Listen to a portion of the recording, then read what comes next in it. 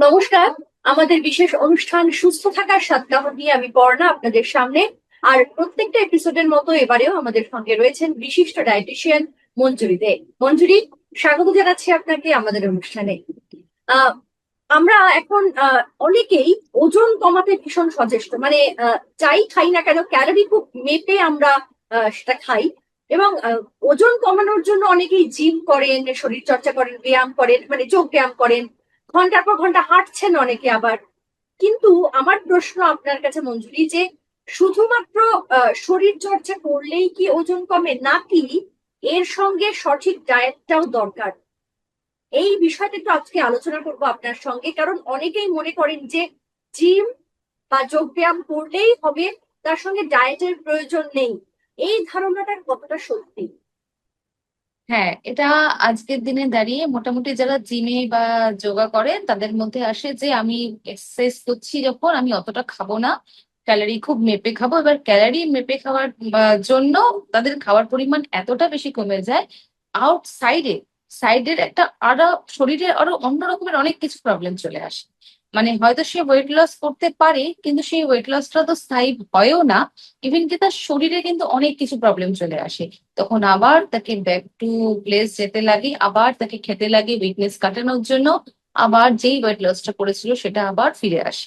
তো এটা কিন্তু প্রচন্ড ভাবে হয় জন্য যারা ওয়েট লস জার্নিতে জন্য জিম বা যোগা করছো, তাদের কিন্তু কিছু কিছু টিপস খুব মেনে এই প্রসেসটা এগোনো একদম। উচিত। মানে ওই এবং টিপস এই গুলোর টিপস মধ্যে। নিয়ে কিন্তু আজকে আলোচনা করবো এবং হ্যাঁ, আপনার থেকে জানবো। একদম। আর তাহলে ওজন কমানোর জন্য প্রাথমিকভাবে ব্যায়াম আর ডায়েট দুটোই সমানভাবে গুরুত্বপূর্ণ। এক- আচ্ছা। আর weight loss is 70% and 30% is exercise, এই যে এই একটা মিথ রয়েছে, এটার বৈজ্ঞানিক ভিত্তি রয়েছে? মানে আপনি একজন ডায়েটিশিয়ান হিসেবে এটা কতটা সত্যি বলে মনে করেন? হ্যাঁ, ওয়েট লস জার্নিতে আমরা বলেই থাকি যে 70% এক্সারসাইজ হলে 30% ডায়েট। এটা আমাদের একটা মানে এই কারণে বলা হয়, বা 80% 20%ও ধরা যেতে পারে। এটা এই কারণে বলা হয় যে আপনি হয়তো প্রচুর পরিমাণে জিম করছেন, এক্সারসাইজ করছেন, সেটা যোগা হোক বা জিমে গিয়ে হোক, যেটাই করছেন আপনি ক্যালোরি বার্ন করছেন। কিন্তু একটা 500 ক্যালোরি বার্ন করলেন, বাড়িতে এসে সেই 500 ক্যালোরিটা খেয়ে নিলেন। তো আপনি যদি এই জিনিসটা এইভাবে করেন যে 500 ক্যালোরিটা আমি প্রথম থেকেই আমি ক্যালোরি মেপে খাবো, মেজার করে খাবো, তাহলে আমার এই কষ্ট করে 1 ঘন্টা গিয়ে বার্ন করানোর দরকার অত পড়ে না। তো তার জন্য কিন্তু আমাদের ডায়েটটা হলো মেইন। আমি যদি ডায়েটে ক্যালোরিটা খুব মেজার করে আমি খাই, তাহলে কিন্তু আমাকে যোগা এন্ড এক্সারসাইজ দুটোরই খুব প্রয়োজন। তাহলে কিন্তু সেই যোগা আর এক্সারসাইজের সাথে সাথে অনেকে বলে আমি যোগা করছি এক্সারসাইজ করছি তো আমার ওয়েট লস হয় না। এটা রিজনই কিন্তু এটা, কারণ জিম করার পরে না আমাদের খাওয়ার ইচ্ছেটা খুব বেশি বেড়ে যায়। এবার আপনি গিয়ে জিমে গিয়ে 200 ক্যালোরি বার্ন করলেন, এসে আবার সাথে সাথে বেরিয়ে একটা পিৎজা খেয়ে নিলেন, ব্যাস আপনার কিন্তু পুরোটা জলে চলে গেল। তো যারা মনে করছেন যে যোগা জিম যাওয়ার পরেও তাদের ওয়েট লস হচ্ছে না, সেটা রিজনই কিন্তু এটা। তার জন্য এই দিকটা একটু মেজার করে নিন। এবার আসি মঞ্জুরি, একটু ক্যালোরি ডেফিসিট। এই প্রসঙ্গে ক্যালোরি ডেফিসিট বলতে ঠিক কি বোঝায়? মানে ওজন কমাতে গেলে কম ক্যালোরির খাবার খেতে হবে, এদিকে এটা কি পুষ্টিতে প্রভাব ফেলে? মানে আপনি কিভাবে দেখেন বিষয়টা? হ্যাঁ, ক্যালোরি ডেফিসিয়েন্ট বলতে গেলে মানে ক্যালোরি বার্ন করা কেটেছে। এবার আপনি বার্ন করছেন ক্যালোরি, যে ক্যালোরি আমরা প্রতিদিন যে খাবারটা খাচ্ছি সেটাই আমরা জিম বা এক্সারসাইজ করে বার্ন করছি। এবার আপনি হয়তো যেটা বার্ন করছেন, বার্ন করার পরে আবার এক্সেসিভ লেভেলে বাড়িতে এসে খাবার খেয়ে নেওয়া, আউটসাইড ফুড খাওয়া, সেগুলো করছেন, তাহলে কিন্তু ক্যালোরি কোনো ডেফিসিয়েট হচ্ছে না। আর যেটা মেন জিনিস সেটা হলো যেমন ক্যালোরি বার্ন যেমন দরকার, কিন্তু বার্ন মানে যে আপনি যে তারপরে যে খাবারটা খাচ্ছেন, কারণ প্রত্যেকদিন আমাদের শরীরে তো ক্যালোরির প্রয়োজন আছে, সেটা যেন হেলদি হয়। সেটা যেন আনহেলদি জিনিস দিয়ে সেই ক্যালোরিটার মেজারমেন্টটা না হয়। আপনি হেলদি ফুড খান, দেখবেন ক্যালোরি যেটা ডেফিসিট হচ্ছে সেটা আপনি যেটা জিম বা এক্সারসাইজ যেটাই করছেন, যেটার মাধ্যমে দিয়ে হুম। যে বার্ন করছেন, সেটা কিন্তু আবার ঠিক জায়গায় মেজারে থাকবে। আপনি আপনি নিজেকেও খুব হেলদি বলে ফিল। আচ্ছা। তার মানে নিয়মিত হাঁটাহাঁটি বা যোগ ব্যায়াম করলেও যদি খাবারে নিয়ন্ত্রণ না থাকে, মানে আপনি যদি আনহেলদি খাবার খেয়ে নেন, তাহলে কিন্তু ওজন কমার কোনো জায়গা নেই। মানে এক কথায় বলতে গেলে আমরা যখন যারা এক্সারসাইজ জিম এসব আছে যার মধ্যে, তাদের একটা ছোট্ট রুলস কে ফলো রাখতে হবে: হাই প্রোটিন, হাই ফাইবার, লো প্রসেস ফুড। এই তিনটে আচ্ছা। রুলস যদি ফলো করা যায়, আমার মতে তাদের যে জার্নিটা, ওয়েট লস জার্নিটা, সেটা সে জিমের মাধ্যমে করুক বা যোগার মাধ্যমে করুক, জার্নিটা খুব সহজ হয়ে দাঁড়াবে। আচ্ছা। আর ব্যায়ামের আগে এবং পরে ঠিক কি ধরনের খাবার খাওয়ার সাজেশন দিচ্ছেন? হ্যাঁ, যারা জিম করতে যাচ্ছেন বা এক্সারসাইজ করতে যাচ্ছেন তাদের আগে কিন্তু মানে আপনি এমন ভাবে রাখবেন যাতে কার্ব থাকে, ফ্যাট থাকে, এরকম ভাবে মিলটা সাজাবেন। যেমন আমি একটু ছোট্ট এক্সাম্পল দিয়ে বলে দিচ্ছি। হয়তো কলা, ওটস, তার সাথে ওটা একটা স্মুদি বানিয়ে খেলেন। তারপরে জিমটা যখন যাওয়ার আগে কলা, ওটস, তার সাথে স্মুদিটা যে বানালেন তার মধ্যে একটু ডেটস দিতে পারেন, একটু নাটসও যোগ দিতে পারেন। এবার তার সাথে যদি মনে হয় যে এনাফ মনে হচ্ছে না, তো ফ্রুটস নিতে পারে। কিন্তু তারপরে যারা জিম করছে তারপরে এসে এসে কিন্তু প্রোটিনটা দরকার। আসার পরে কোনো ডিম হোক, দই, ছানা বা ওয়ে প্রোটিন যে পাউডার পাওয়া যায় সেই প্রোটিন পাউডার, হয়তো অনেকে আছে যারা এগ খায় না বা ছানা হয়তো তার রোজ ভালো লাগছে না, তখন কিন্তু তারা ওয়ে প্রোটিনটা খেতে পারে। আচ্ছা। তো এবার এই বে প্রোটিনের কোনো সাইড এফেক্ট নেই? না, কোনো সাইড এফেক্ট নেই, আচ্ছা। সেটা তারা খেতেই পারে। কারণ অনেকেই আছে ভেগান, হয়তো তারা এগ খাবেন, হ্যাঁ। ভেজিটেরিয়ান আছে, তো সেই হিসেবে কিন্তু তারা প্রোটিন পাউডারটা খেতে পারে। তা তো গেল ধরুন যারা ব্যায়াম করছেন, শরীর চর্চা করছেন, তারা তার আগে পরে কি খাবেন? অনেকেই আছেন না খেয়ে ডায়েট করছেন, মানে রাতে খেলাম না, কি লাঞ্চ স্কিপ করে দিলাম। এতে কি সত্যি ওজন কমে তাড়াতাড়ি নাকি আখেরে ক্ষতি একদম, হচ্ছে? একদমই না, তার ক্ষতিটা এতটাই বেশি হচ্ছে যে সে যেটা ওজন কমছে ভাবছে, সেটা কিন্তু ওজন কমছে না, সেটা তার মাসেলটা লস হচ্ছে। ফ্যাট কিন্তু ফ্যাটের জায়গাতেই দাঁড়িয়ে আছে, বডি ডিহাইড্রেট হচ্ছে, মাসেল লস হচ্ছে। মাঝখান থেকে কি হচ্ছে, তার ঘুম ঠিকঠাক মতন আসছে না, কারণ কার্ব না পড়লে পরে ঘুম ঠিক মতন আসবে না। তার থেকে একটা স্ট্রেস তৈরি হচ্ছে, স্ট্রেস থেকে কর্টিসল হরমোন রিলিজ হচ্ছে, রিলিজ হওয়ার মানে হাঙ্গার হরমোনটা আবার ইনক্রিজ করে যাচ্ছে। তো পরপর একটা চেন ওয়াইজ কিন্তু গিয়ে আপনি এখন মনে করছেন আমার মাসেল লস হচ্ছে, কিন্তু বডিতে কিন্তু ওয়াটার রিটেনশনও হতে থাকছে।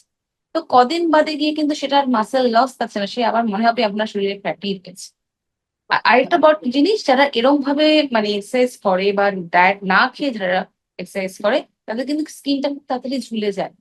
আচ্ছা। খুব মানে মনে হবে মানে যেন অ্যান্টি, মানে এজিং চলে আসে হ্যাঁ, তাড়াতাড়ি এজিংটা স্কিন। খুব চলে আসে, তখন মনে হবে যেন কম এজে খুব এজ তাদের। আচ্ছা। সুতরাং সবকিছুই কিন্তু ইন্টারলিঙ্কড, মানে হ্যাঁ, ঠিক মতো একদম, খাওয়া, শরীর চর্চা, ব্যায়াম, ডায়েট সবকিছু ইন্টারলিঙ্কড যদি সবকিছু। আপনি সুস্থ থাকতে চান। আর যারা ওজন কমানোর প্রসেসে রয়েছেন, যারা যোগ ব্যায়াম করছেন, শরীর চর্চা করছেন, আহ, তারা যদি আপনাকে জিজ্ঞেস করেন যে কি ধরনের ডায়েট করব ওজন কম যাতে কম হয়, কি বলবেন? হ্যাঁ, ওজন কমের জন্য যদি যোগা বা এক্সারসাইজ যারা করছেন, তাদের সবার প্রথমে জানতে হবে যে তারা কোনো রকমের কোনো প্রবলেম আছে কিনা। হ্যাঁ, সেই সবার আগে তো জেনে নেবো সে ভেজিটেরিয়ান না নন ভেজিটেরিয়ান, সেটা জানার পরে তারপরে দেখতে হবে তার কোনো হেলথ ইস্যু আছে কিনা। আচ্ছা। যদি তাদের মধ্যে পিসিওডি, থাইরয়েড বা এরকম ডায়াবেটিক্স কোনো প্রবলেম না থাকে, একটা নর্মাল সুস্থ সবল মানুষ হয়, তাহলে সে সারাদিনের সমস্ত খাবার খেতে পারে, কিন্তু ক্যালোরি মেজারমেন্ট করে, আর কোনো প্রসেস ফুড না। কোনো আচ্ছা। প্রসেস ফুড দিয়ে না, ক্যালোরি মেজার করে সকালবেলা আমি যেরকম এইমাত্র বললাম যে একটা কার্ব আর ফ্যাটের একটা কম্বিনেশন রাখা, এক্সারসাইজ করে এসে প্রোটিন খাওয়া, লাঞ্চে ভাত, ডাল, সবজি, মাছ প্রপার রাখা, তারপরে কার্ড খাওয়া, বা তারপরে আপনি সিডস বা নাটস খান সেটা রাখা। এই যে পরপর যেমন একটা স্ন্যাক্স করা, ইভিনিং একটা স্ন্যাক্স রাখা, তারপরে নাইটে গিয়ে আবার একটা প্রপার লাঞ্চ করা, তো এই ডিনার করা, এই জিনিসগুলো কিন্তু স্টেপ ওয়াইজ তাদেরকে ফলো করতে হবে, কোনো একটা খাবার স্কিপ করা যাবে না। ইভেন কি হয়তো আপনি অনেকক্ষণ মানে 3 থেকে 4 ঘন্টার উপরে গ্যাপ দিয়ে দিলেন, অনেকক্ষণ গ্যাপ দিয়ে খাবারটা খাওয়া যাবে না, যে আপনি হয়তো লাঞ্চটা পুরো স্কিপ করে দিলেন, সকালে ব্রেকফাস্ট করে আবার ইভিনিং এ বাড়িতে এসে খাচ্ছেন যারা ওয়ার্কিং, এরকম অনেকেই করে। তো সেই জন্য কোনোভাবে কোনো কোনো খাবারকে স্কিপ করা যাবে না, বরং 3টে মিলকে 6টা মিল করে হলে খেতে হবে, কিন্তু খেতে ফুড গ্যাপ দেওয়া। মানে খান, সারাদিন ধরে খান, অল্প হ্যাঁ, অল্প করে খান, অল্প কিন্তু অল্প করে খান। ফুড গ্যাপ খাওয়াটা হচ্ছে হলো, আপনার একদম ফুড গ্যাপ সুস্থতাটা হলো নির্ভর। সবচেয়ে বড় মানে ওজন বাড়িয়ে দেওয়ার সমস্যা। ফুড হুম। গ্যাপ যারা দেয় তাদের ওজন মানে 100% বেড়ে যাবে। একদম। এবং ওজন কমানোর প্রক্রিয়া নিয়ে যখনই আমরা আলোচনা করেছি, তখনই আপনি বারবার এই সাজেশন দিয়েছেন যে ছোট ছোট মিল করে আপনি সারাদিন ধরে খান, কিন্তু কোনো খাবার স্কিপ করবেন না, তাহলে আখের ওজন কমবে না, বরং ওজন বাড়বে ঠিক একটা আছে। সময় গিয়ে। আহ একটু আগে প্রোটিনের কথা হচ্ছিল, আপনি প্রোটিন সম্পর্কে বলছেন, তো এই প্রোটিনের কতটা ভূমিকা ওজন কমানোর ক্ষেত্রে? হ্যাঁ, ওজন কমানোর ক্ষেত্রে কিন্তু প্রোটিনের একটা বিশাল ভূমিকা, কারণ আমরা যখন জিমে বা যোগাতে মানে এক্সারসাইজ যখন করছি, করার পরে কিন্তু আমাদের কিন্তু মাসেল রিপেয়ারের দরকার, কারণ আমাদের ভেতরে অনেক সেল গুলো ওই সময় ব্রেক হয়ে যাচ্ছে। তো ওই যে মাসেল রিপেয়ার, এই রিপেয়ারের কাজটা কিন্তু প্রোটিনই একমাত্র। তো যারা মানে এক্সারসাইজে যুক্ত আছেন তারা যেন প্রপার প্রোটিনটা নেয়, কারণ প্রোটিনটা কিন্তু আপনার যে মাসেলটা রিপেয়ারও করছে, আপনার ক্যালোরিটা বার্ন করতেও হেল্প করছে। তো এই জন্য প্রোটিন রিকোয়ারমেন্টটা কিন্তু খুব নেসেসারি যারা মানে ওয়েট লস জার্নির সাথে রয়েছে। আর অনেকেই আছেন দেখেছি ডায়েট করছেন ঠিক করেই হয়তো, কিন্তু কার্বোহাইড্রেটটা বাদ দিয়ে দিচ্ছেন। ভাত তারা খাবেন না কোনোভাবে, ভাত খেলেই তারা মোটা হবেন, এই একটা অদ্ভুত ধারণা রয়েছে। আপনি একজন ডায়েটিশিয়ান হিসেবে কি পরামর্শ দেবেন? হ্যাঁ, সে যদি এই ভাবনা নিয়ে এগোয় যে ভাত খেলে সে মোটা হয়ে যাবে, তাহলে সে আরো বেশি মোটা হয়ে যাবে কিছুদিন বাদে ভাত বন্ধ করার পর। এটা তাকে মাথায় নিয়ে চলতে হবে। কারণ সবার প্রথমেই আমি বলবো, ভাত যেটা আমাদের কার্ব বলে থাকি, কার্বোহাইড্রেট। কার্বোহাইড্রেট কিন্তু আমাদের ব্রেন ফুয়েল। তো আপনি যদি কার্ব পুরো দিন থেকে বাদই দিয়ে দিন, আপনার কিন্তু একদিন, দুদিন, 3 দিন, তারপরে আস্তে আস্তে দেখবেন আপনার ব্রেন ফগ হতে শুরু করবে। আপনি হয়তো স্মৃতিশক্তি ঠিক মতন হারিয়ে ফেলছেন, ফোকাস করতে পারছেন না, খুব বেশি স্ট্রেস হচ্ছে। ইভেন মানে এই জিনিসটা একদিন করা যায়, যেটা আমরা ফাস্টিং করি, একদিন করি, তখনই আমাদের দিনের শেষে একটা উইকনেস ফিল হয়। কিন্তু যখন সেটা 2 দিন, 3 দিন হয়ে যায়, উইদাউট কার্ব আপনি ডায়েট করছেন, তখন কিন্তু সেটা শরীরের একটা ক্ষতিই হয়ে যায়।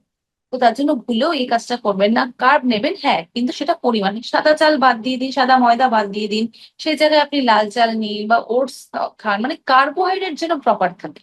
আর ভাত যদি হয়ে থাকে, একটা প্রপার যে ডায়েট করবে তাদের যেন দুপুর বেলা সে ভাত খায়, রাতে যদি সে মনে হয় রুটি খেতে চায় সে রুটি খেতে পারে।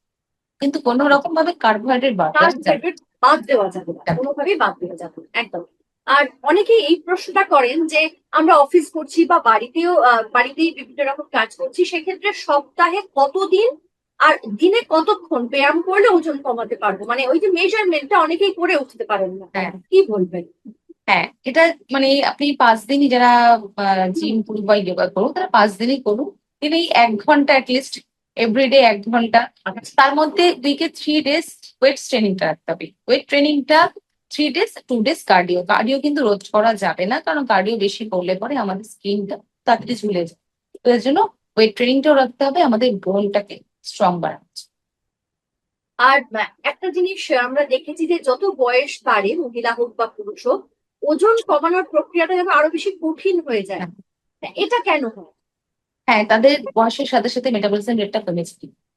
মানে যত বয়স বাড়ছে, হয়তো 10 বছর, 15 বছর বাদে বাদে 5% করে মেটাবলিজম রেটটা স্লো হতে থাকে। তো তার জন্য তখন কিন্তু আমাদের এই ঘাটতিটা ঘটতে থাকে। তার জন্য আমরা যেটাই খাচ্ছি, মেটাবলিজম স্লো হয়ে যাওয়া মানেই কি, ওটা আমাদের বডি পুরো গিয়ে অ্যাবজর্ব করছে।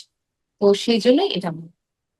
সুতরাং বয়স বাড়ার অনুযায়ী সেই অর্থে যোগব্যায়াম করা যায় বা সেইভাবে যোগব্যায়াম করা যায় বয়স অনুযায়ী, সেটা বিশেষজ্ঞের পরামর্শ নিয়ে আপনারা করতে পারেন। হ্যাঁ, এবার ইয়োগার আসি। কোনো বয়স থাকে না, ইয়োগা যে কোনো বয়সেই করতে পারে, সেটা কোনো ব্যাপার নেই। ইয়োগা যারা ছোট থেকে করে এসছে, তারা তাদের লংজিভিটি এতটাই বেশি যে যারা খুব বয়স হয়ে যাচ্ছে, তো 60 এজ হয়ে যাচ্ছে, তারা পর্যন্ত ইয়োগা করতে পারছে। মানে এইদিকে যদি ইয়োগা আর জিমের মধ্যে কেউ ডিফারেন্স জানতে চায়, তো সেটা বলতে গেলে বলবো যে ইয়োগা যারা করেছে তাদের মধ্যে ফ্লেক্সিবিলিটিটা এতটাই বেশি থাকে, তাদের লংজিভিটিটাও বেড়েছে। তারা একটা 60 এজে গিয়েও সেই ফ্লেক্সিবিলিটাই তারা মেনটেন রাখতে পারে, যেটা জিমে কিন্তু পসিবল হয় না। ইভেন কি আরেকটা কথা বলে রাখি, যে জিমটা আমাদের যেমন কি আমরা ওয়েট লস করাই, ওয়েট লসের জন্য কাজে লাগে, ইয়োগা কিন্তু পার্টিকুলারলি ওয়েট লস না। ইয়োগা ওয়েট লস করায়, কিন্তু একটু ধীর গতিতে করায়। যেমন জিমের মাধ্যমে ওটা খুব তাড়াতাড়ি হয়, ইয়োগার মাধ্যমে এটা স্লো প্রসেসে হয়, কিন্তু সেটা কিন্তু লংজিভিটিটা অনেক দিনের। আর ইয়োগার সবচেয়ে মেন জিনিস, কারণ আমাদের আজকালকার লাইফস্টাইলে এত বেশি স্ট্রেস থাকে, আমরা কোনো কাজে ফোকাস করতে পারি না, একটা কাজে মনে রাখি তো একটা কাজে ভুলে যাই। একদম। এটা আমাদের লাইফস্টাইলে একটা মানে হ্যাঁ, নর্মাল হয়ে গেছে। কিন্তু এই ইয়োগা যার মাধ্যমে কিন্তু আমাদের এই মনোযোগিতাটা বাড়ায়, স্ট্রেস তো রিলিফ করে। ফোকাস করার হ্যাঁ, ক্ষমতাটা প্রচন্ড বাড়ে। ফোকাসের ক্ষমতাটা বাড়িয়ে দেয়। তার জন্য ইয়োগা আজকের দিনে দেখবেন ছোট ছোট বাচ্চাদের পর্যন্ত স্কুলে বিভিন্ন ইনস্টিটিউটে করে না, কারণ বাচ্চাদের মোবাইল দেখতে দেখতে এত বেশি তাদের মধ্যে এখন ফোকাস করার ক্ষমতাটা কমে গেছে।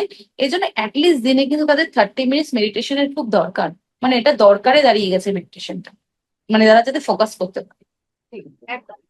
আর এবার আসি একটুখানি বিশেষ কিছু রোগের কথায়। অনেকের এখন তো প্রায় অধিকাংশ মহিলারই থাইরয়েড, পিসিওএস বা ডায়াবেটিসের প্রবলেম দেখা একদম। যাচ্ছে। তো যদি এই ধরনের রোগ থাকে, তাহলে ওজন কমানোর যে প্রসেস সেটা কি একটু বদলে ফেলা উচিত? হ্যাঁ, থাইরয়েডের জায়গায় কিন্তু তাদের কিন্তু ওজন যে কমবে, এটা কিন্তু খুব ফাস্ট কমবে তারা সে আশা করতে পারে না। মেডিসিন তো যেরকম চলছে চলছে, তাদের ডায়েট অনুযায়ী প্রোটিন, জিঙ্ক, সেলেনিয়াম এগুলো কিন্তু তার ডায়েটে রাখা খুব দরকার। যাদের পিসিওডির সমস্যা রয়েছে তাদের যেমন সবসময়ের জন্য যারা ফুডটা নেবে লো গ্লাইসেমিক ইন্ডেক্স ফুডই তাদের নিতে লাগবে। এছাড়া চিনি ময়দাটা তো আমি সবার ক্ষেত্রেই বলি ওটা বাদ দিতে, প্রসেস ফুড বাদ দিতে, এছাড়া সবার। আর যাদের ডায়াবেটিক্স পেশেন্ট তাদের ক্ষেত্রে বলবো ডায়াবেটিক্স এর একটা সবার মধ্যে ধারণা আছে ভাত বেশি খাওয়া যাবে না, এরকম একটা ধারণা আছে যে ভাত খাবে না রুটি খাবে, সে রুটি খাক বা ভাতই খাক, কার্বটা যা খাবে মানে সেটা যেন 3 বারের জায়গায় সেটা যেন 5 বার করে দেওয়া হয়, মানে অল্প পরিমাণে যেন খাওয়া, বারে বারে খাক সে অল্প পরিমাণে খাক, কার্বটা একবারে যেন কার্বের পরিমাণটা তাকে বেশি লোড করে না। আর এবার আসি একটু ঘুমের ব্যাপারে। পর্যাপ্ত ঘুম বা মানসিক চাপ আর ওজন কমানোর ক্ষেত্রে কতটা কার্যকরী? হ্যাঁ, ঘুম ছাড়া কিন্তু ওজন কমবে না, সবচেয়ে মেন পয়েন্ট যেটা। মানে যারা মনে করছে হয়তো খুব কাজের চাপ, খুব মানে তাকে বাড়িতে এসেও হয়তো কাজ করতে হচ্ছে, সে দিনে 6 ঘন্টা ঘুমাতে পারছে, তাও পাচ্ছে না, হয়তো 6 ঘন্টাও সে রাতে তার কাছে টাইম নেই ঘুমানোর জন্য। যারা 6 ঘন্টার কম ঘুমাবে তারা একটু আমার এই জিনিসটা ফলো করে দেখবেন, তাদের মধ্যে একটা হাঙ্গার হরমোন রিলিজ হয়, তাদের কিন্তু দেখবেন খুব বেশি খিদে পেতে থাকে, খিদে পেলে তখন কিছু খেতে লাগে আর তখন সেই ওয়েটটা গেইন। এই জন্য যারা নাইট শিফট করেন তাদের দেখবেন তাদের হয়তো প্রপার হ্যাঁ, ঘুমটা হয় না, এই জন্য তাদের কিন্তু ওয়েটটা একটু গেইনের দিকেই থাকে। তো এই জন্য ঘুমটা আপনাকে একটু প্রপার দিতে লাগবে, মানে 6 ঘন্টার বেশি তো কম যেন, মানে মিনিমাম আমরা 7 থেকে 8 ঘন্টা বলে থাকি, সেটা যদি নাও হয় 6 ঘন্টা যেন কমপ্লিট একটা প্রপার ঘুম যেন প্রপারলি। ঘুমটা কিন্তু আমাদের প্রচন্ড ভাবে দরকার আমাদের নেক্সট আবার বুস্ট আপ হওয়ার জন্য, এনার্জিটাকে বুস্ট করার জন্য। ঠিক। আর আমি অনুষ্ঠানের একদম শেষ পর্যায়ে চলে এসেছি। আমার শেষ প্রশ্ন আপনার কাছে, যে অনেক ক্ষেত্রেই দেখা যায় হয়তো প্রপার ডায়েট রয়েছে, ঠিক মতো জিমে ট্রেনিং হচ্ছে বা যোগা করছেন, তারা একদম নিয়ম মেনে করছেন, তারপরেও ওজন কমে গেলেও একটা ওজন আবার বেড়ে যাওয়ার একটা চান্সেস থাকে বা হয়ে যায় সেটা, এটা কি করে আটকানো? হ্যাঁ, এরকম কিন্তু আমার কাছে অনেকে আছে হ্যাঁ, যারা হয়তো শুধু যোগা এক্সারসাইজ নয় বিভিন্ন ট্রিটমেন্টের মাধ্যমেও তারা ওজন কমিয়েছে, যথেষ্ট হয়তো 20 কিলো 30 কিলো ওজন কমিয়েছে, কিন্তু হয়তো সে 6 মাস 7 মাস যেতে না যেতেই আবার 10 কিলো বাড়িয়ে নিয়ে আসছে। এটা কিন্তু অনেকের ক্ষেত্রে দেখা যাচ্ছে। এটা রিজন দেখুন, আপনি যোগা এক্সারসাইজ, যোগা সারা জীবন করা যায়, হয়তো আপনি কোনো না কোনো কাজের চাপে করতে পারছেন না, যোগা হোক বা এক্সারসাইজ হোক বা কোন রকমের মেশিনের সোর্সে মানে ওয়েট লস করানো হয়তো করতে পারছেন না, তো সেই সময়টা আপনি কিন্তু ডায়েটে ফোকাস করতে হবে। আপনাকে ডায়েটটা এমন ভাবে মেজার করতে হবে যেন সেই সময় আপনাকে ডায়েটিশিয়ানের পরামর্শ নিয়েই এটা করতে হবে। তো আপনি ডায়েট যেন ক্যালোরিটা সবসময় মেজার করে খাওয়া, বা সেটা আপনি নিজে একা কোনোদিনই পারবেন না, কারণ আপনার কত ক্যালোরি লাগবে কি ক্যালোরি লাগবে সেটা একমাত্র ডায়েটিশিয়ানই বলতে পারে। তো সেই সময়টা আপনি যদি কোনো কারণে হয়তো আপনি 1 মাসের জন্য কোনো বাইরেই গেছেন কোনো অফিস ট্যুরে, তো সেই সময় ওখানে গিয়ে নতুন ভাবে কোথায় আপনি জয়েন করবেন বা কোথায় আপনি এক্সারসাইজ করবেন সেটা পসিবল না, তাহলে কি 1 মাসে আপনি ওয়েটটা বাড়িয়ে নিয়ে আবার বাড়িতে আসবেন? সেটা তো সম্ভব না, তাহলে আমাকে নিজেকে মেনটেন রাখতে হবে, তাহলে সেই সময় আমাকে ডায়েটটা মেনটেন রাখতে হবে। তো ডায়েটটা এত এগুলো সুন্দরভাবে একদম মেজার মানে করতে হবে। একমাত্র প্রপার ডায়েটই আপনাকে হেল্প করতে পারে ওজন কমানোর ক্ষেত্রে। একদম তাই। সুতরাং যারা চাইছেন ওজন কমাতে, তারা শুধুমাত্র শরীর চর্চা বা ব্যায়াম নয় বা যোগ ব্যায়াম নয়, ডায়েটটা প্রপারলি মেনটেন করুন, তাহলেই কিন্তু একমাত্র আপনি আপনার লক্ষ্যে পৌঁছতে পারবেন। অনেক ধন্যবাদ মঞ্জুরি আমাদের সাথে কথা বলার জন্য। আজ আপাতত এইটুকুই। তবে মঞ্জুরির সাথে যারা যোগাযোগ করতে চান, আমাদের স্ক্রিনে যাওয়া নাম্বারে যোগাযোগ করতে পারেন, হোয়াটসঅ্যাপ করতে পারেন মঞ্জুরিকে, এবং অবশ্যই মেল করতে পারেন ওকে। এবং আপনার প্রশ্নের সমস্ত উত্তর কিন্তু মঞ্জুরি দেবেন। সুস্থ থাকার সপ্তাহন আপনারা দেখতে পাবেন প্রত্যেক শনিবার ঠিক বিকেল 6টায়। নমস্কার।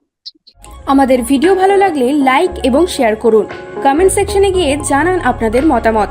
আরও ভিডিও পেতে আমাদের চ্যানেল সাবস্ক্রাইব করুন এবং প্রতি মুহূর্তে খবরের আপডেট পেতে প্রেস করুন বেল আইকন।